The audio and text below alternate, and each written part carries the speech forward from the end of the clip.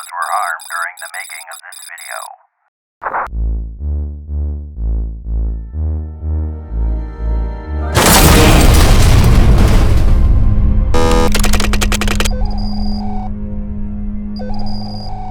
Hi there, and welcome to the Smashatorium Arena, brought to you by Screech Alarm Clocks. Let our patented screeching alarm clocks shout you awake.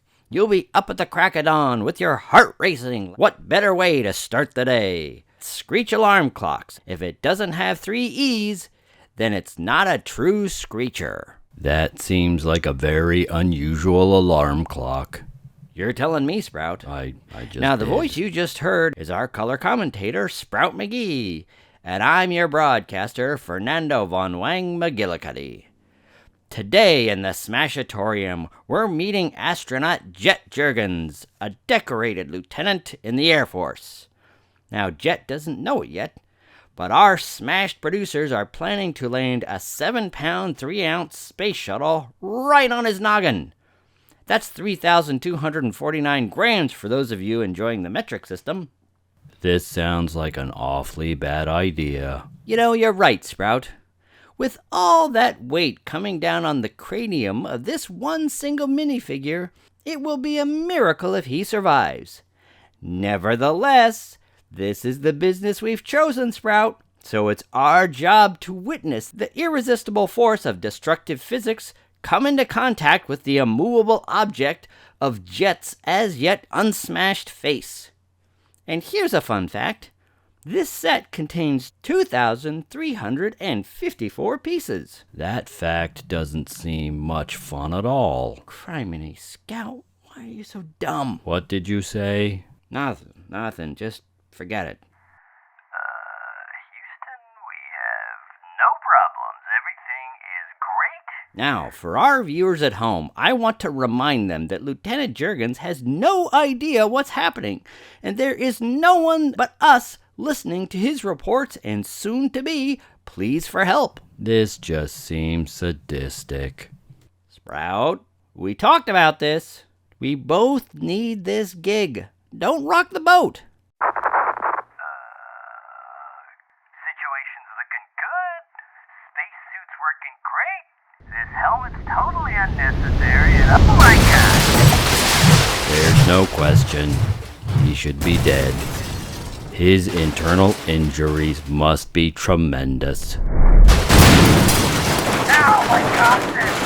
A coccyx, for those of you watching at home, is another word for tailbone. Oh my god! There goes my nose! Ow, right on my head! Houston, I got hit in the face with a shuttle. Oh my god! And there goes his helmet. You know, Sprout, I'm kind of surprised. Not only did astronaut Jet survive, he's quite the chatterbox. And cool-headed. No swearing despite all the smashing. Oh, now that's a nice shot of the right front nose assembly scraping across Jet's exposed face. You know, he's not talking anymore. That's, true. There's no denying it.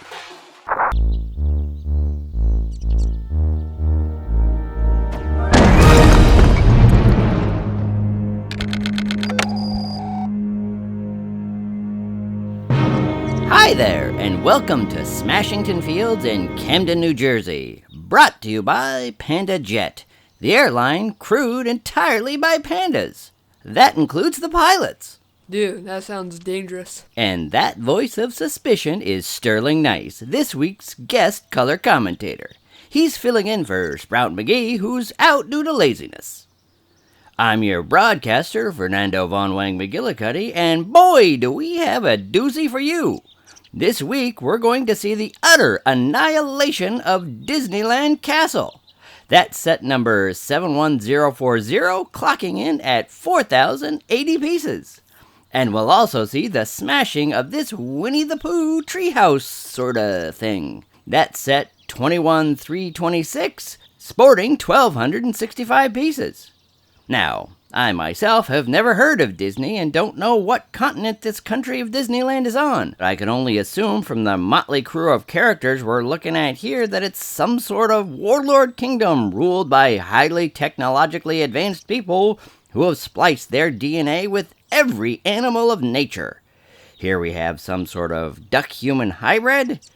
Here we have what appears to be a fairy cosplayer waiting her procedure. And here we have what I would bet is some sort of half-human, half-Dutch hound, half-cyborg with these giant implanted radar ears. Sterling, you know a thing or two about Disney and these characters. How close am I? You sound insane. That's Mickey Mouse, that's Donald Duck, two of the most famous characters in history. That is a mouse? That's a duck? You must be jerking my chain. These are obviously a collection of warlord mutants. Look at these characters. There's some sort of pigman, a rabbit woman, and what I suspect is some sort of half marshmallow, half bear. Every one of these is walking on 2 feet. Surely their base genetics must be human, and these are the forms they've taken to rule this Disneyland realm with the ruthless technocratic efficiency crossed with the raw power politics of a dictatorial monarchy. It is, after all, as my producer is telling me, a magical kingdom. You really have never heard of Disney? No, I spend most of my time reading. Cowboy stories, mostly. Anyway, with us today are a collection of contest winners who are getting their own chance to watch this great sport up close. How is this a sport? Don't you just smash stuff? And there's the first shot, taking out the tallest tower. Man, oh man. Do you keep score? Is there a time limit? Teams? You ask a lot of questions, bub. I tell you, this is some spectacular smashing.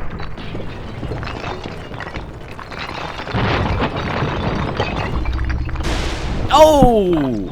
It looks like one of the ricochets has taken out one of the common folk. Some sort of pigman. Should those spectators be so close? That looks dangerous. I don't know, Weisenheimer. I don't have a tape measure. Oh! And that shot takes out the entire front, blasting the walls and doors right out from behind Mickey and his inner clique. Oh, and it looks like the debris has struck Mrs. Mouse. And I still believe she's some sort of half cyborg with those radar ears. You people really are insane. You know, if you really believe that, you might want to be careful with how you talk to me. Wait a minute, are you threatening me? Maybe. Oh, and look at that! A shot has taken out King Mickey Mouse, and will you look at this? It's also decapitated one of the spectators. That cute little ladybug lady. Who could have seen this coming? Me! I could see it coming. I saw it coming. Quit bragging. Now, the continuing shots are just bouncing rubble at this point. It brings to mind the question of who will succeed King Mickey. Will it be his sailor duck friend? Perhaps this pixie fairy girl? That's Tinkerbell and Donald Duck. Oh, and that ends the question. The entire seat of government for Disneyland has been annihilated. Maybe it will fall to the bear and his rabbit woman friend to rule their land as some sort of nascent democracy. That's Winnie the Pooh. Pooh? Knock off the potty mouth, kid. Oh no, they're dead too. Oh, no, they're not dead, kid. They're, sleeping after being violently flung away by incoming fire. I'm going to pray for your soul. I could really use it. I'm a lost man. The things I've done. Ugh. Well, that's it from Smashington Fields in Camden, New Jersey. For all of us here at Red 7 Actual, please like and subscribe. And turn on the notification bell so you can see all Red 7 Actual's ridiculous videos when they come out every weekend, more or less. And be sure to sign up for our giveaway. When we hit 100 subscribers, we'll be giving away this G.I. Joe block set. Definitely not Lego. I don't know what the system's called, but it's not Lego. This G.I. Joe block set to one of our lucky subscribers who leaves a comment. Join us next time when we read from Homer's Iliad, or smash some more Legos. I'm Fernando Von Wang McGillicuddy, speaking for Sterling Nice, saying bye-bye!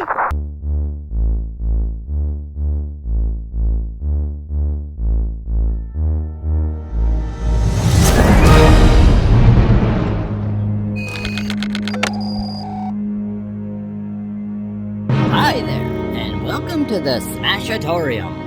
I'm your host, Fernando Von Wang McGillicuddy, and with me today is our color commentator, Sprout McGee.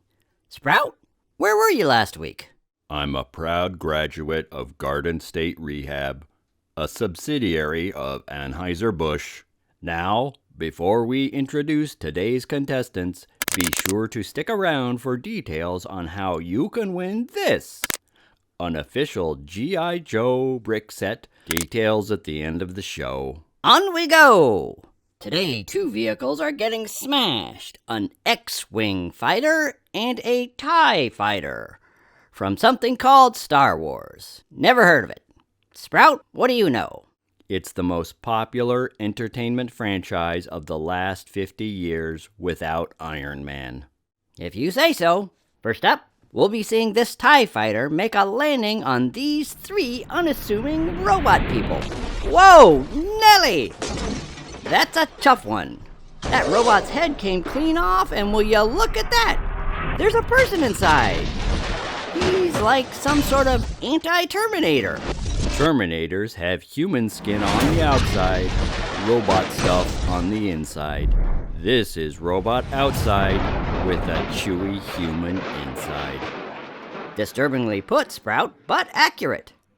Now, you can see the TIE fighter is still largely intact, so we'll be dropping it again. Sprout, is it called a TIE fighter because it resembles a bow tie? No. Well, that's confusing. Anyway, it seems Trooper TK421 has put his helmet back on and is standing right in the landing zone. His commanding officer must hate him from top to tails. Oh, off he goes as the fighter completely shatters. This is the kind of rugged, hard to damage, explosion-proof performance Star Wars fans have come not to expect from the TIE Fighter family of ships. And for our viewers noticing a little bit of roughness in today's image, I just want to say that after this broadcast, the camera crew will be liquidated. But the show's not over yet, so camera guys, Harrison, Delano, Chris, Ryan, don't you punch out just yet. Liquidated? Like with Terminators? Well, you know, I believe that is the solution management has decided on. But that's above my pay grade. Now, on with the show. We have Senator Princess Leia Organa waiting for her brother Luke Skywalker to gently land his X-Wing so he can give a wave to the crowd. Sprout, how can you be a princess and a senator? It's a complicated form of government. You know, I gotta tell you, this Star Wars sounds boring as hell. Oh, man, Luke Skywalker has come down hard and his X-Wing has completely come apart. I have to say, Sprout, he does not impress me as a pilot. He's a very impressive pilot, but today's results are hard to argue with. He almost killed that clueless old man and his own sister. If I was Luke's father, I would give him a piece of my mind. Really set him straight before he does something truly awful. Sprout, you've seen this Star Wars. What kind of guy is Luke's father? He's a genocidal murderer who began his career by slaughtering indigenous tribes and then moved on to killing children at his former school. And these movies are for kids? Good Lord Almighty. I tell you, what is the world coming to, Sprout?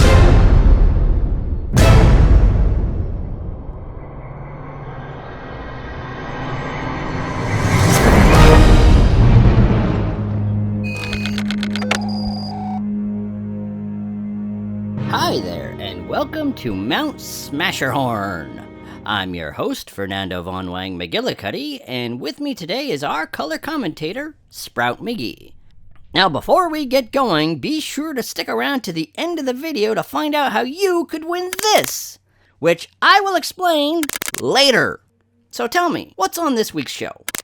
This week we are watching 2 iterations of Batman and the Batmobile, as well as sundry characters involved in the Batman mythos, the Penguin and the Joker. Batman, huh?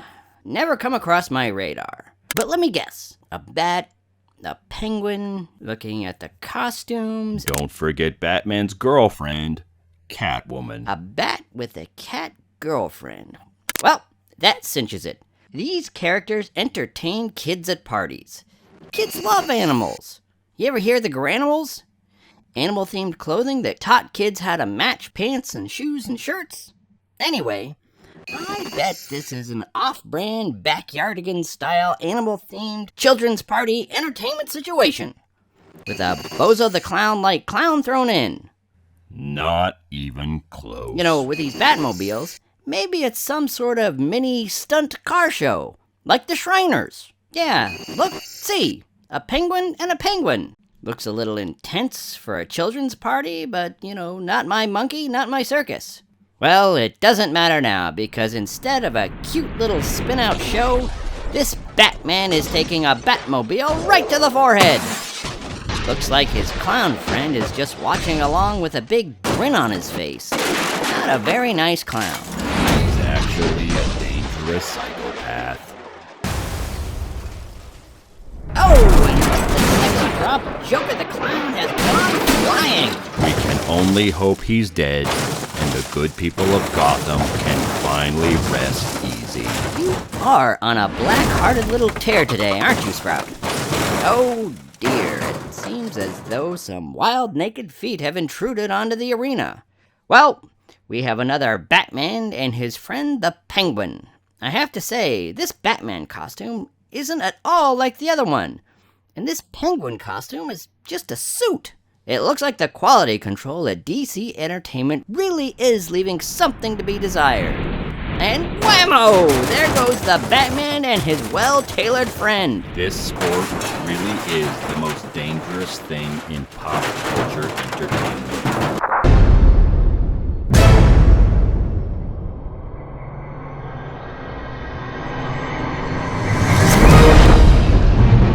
Welcome to the Smashalanium.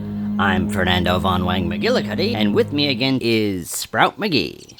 Today, we're changing things up. No smashing. Just 2 spectacular flybys by 2 beautiful Lego ships. First up is the Galaxy Explorer, set 10497, and then Benny's Spaceship, set 70816. Another change-up for today. I have heard of both of these things, and I can't wait to see these 2 magnificent examples of Lego engineering grace us with their presence. Let me get this straight. So you have never heard of Batman, Luke Skywalker, or Mickey Mouse, but you've heard of space Legos from 40 years ago. You hear that judgment in your voice, Sprout? That's why you have to go to marriage counseling. Mean. True, but very mean. A lot of Lego lovers think that 1979's Galaxy Explorer Set 497 was Lego's first space Lego set. But that distinction goes to Set 565, the Lunar Module and Lunar Rover Vehicle set. But the Galaxy Explorer was the first space Lego set in the Legoland line. Did Carol tell you that? I mean, about our marriage counseling? Did she say that? Or are you just speculating? Now, to celebrate 90 years in business, Lego recently remastered this 1979 classic into Set 10497, and here in a moment we are going to see that ship fly over our little red astronaut friend here. Wait a minute. When did you even talk to Carol? I thought you 2 disliked each other. Oh dear, it looks like instead of flying majestically overhead, the Galaxy Explorer has flown right into Little Red's helmet. Oh, sorry about that. Forgot to turn off my phone? Why is my wife's phone number in your cell phone? Let's keep on task. So, look at all of these wonderful Lego building techniques come apart all over Little Red's face, legs, arms, and body. Such a disappointment, except for all of those fans who secretly long to see the spectacular destruction of Lego sets so they can use the pieces to build something else. Which is, after all, the point of Lego. As apparently we have to remind people in the comments. Anyway. I wonder if this is why she won't show me her phone all of a sudden. Well, with that past us, at least now we can see this masterful homage to the golden era of space Legos with Benny's Spaceship from the 2015 classic, The Lego Movie. Just look at the lines on this ship. What a beauty! I don't know what to make of this. The lowest points of my private life spilling out on the public air while these beautiful Lego creations smash apart in front of us. And almost to metaphorically match your inner turmoil, we see Benny's spaceship crashing down, sending him flying. But you know what you should keep in mind, Sprout? What's that, Fernando? Like Benny and Little Red here, if you keep your helmet on and your wits frosty, you'll always be able to come out of any catastrophe, such as your marriage. No worse for wear. Benny and Little Red are just fine. That's good to know. It is good. Now, stop asking such difficult questions. Behold! Gaze upon this beautiful Lego creation. For in a moment, it will be smashed. Welcome to the Smashalanium. I'm Fernando Von Wang McGillicuddy, and with me today is our color commentator, Sprout McGee. Sprout, what are we looking at today? Today, we are witnessing the results of a Lego AT-AT set number 75288 when it comes into contact with a hard surface after losing a battle with gravity. The AT-AT is the iconic form of walking transportation seen in the Star Wars films. AT-AT, huh? What kind of name is that? Are some of the other vehicles named Is and There? I gotta tell ya, the more you tell me about this Star Wars thing, the less I understand it. I bet the minute I sit down to actually watch Star Wars, I'll find out it's some kind of Battle of the Network Stars 1970 variety show type deal with B-list actors playing picnic games for charity or something. That's a reference for all of you people over 45 years old. So if you get what I'm laying down, pour yourself a Tom Collins. That's the way time works. It's the hunter that stalks us all. How's that, Sprout? You were mentioning the passage of time and its detrimental effects on your humorous references. As Rocky Balboa put it, time, it's undefeated. Ah, you don't say. Now, as I understand it, the guy in the orange jumpsuit is some sort of pilot named Luke Skywalker, and these white little friends here, I don't know who they are, but they appear to be either some sort of space snowmen or space janitors with their work clothes and hoods. We must use time as a tool, not a couch. That one's from JFK. Speaking of detrimental effects, this walker dropping right onto the bodies of Luke Skywalker and all his snowman friends here is quite dramatic. Oh, look at the way that guy goes flying, sliding along the ground with his face.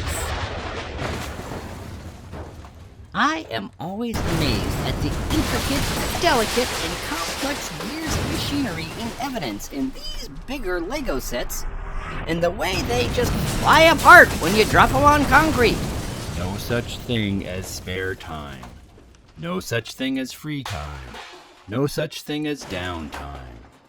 All you got is lifetime. Go.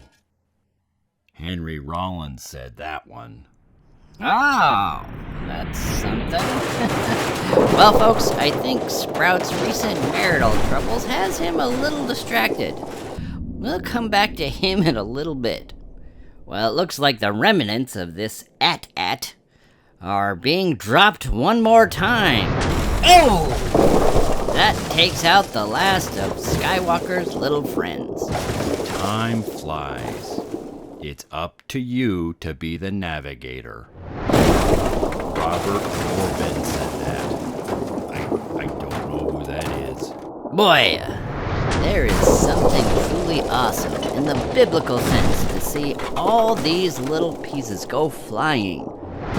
Something about the slow motion destruction of something like this that has a strange quality, an awful beauty, if you would say. Well, folks, it looks like both Sprout and myself are starting to get a little bit loopy, so this is where we're gonna leave it for today. Behold! Today's episode is brought to you by the letter O, as in, oh, the humanity! Welcome to Smashington Field. I'm Fernando Von Wang McGillicuddy, and with me today is Sprout McGee. So, Sprout, what's on the docket?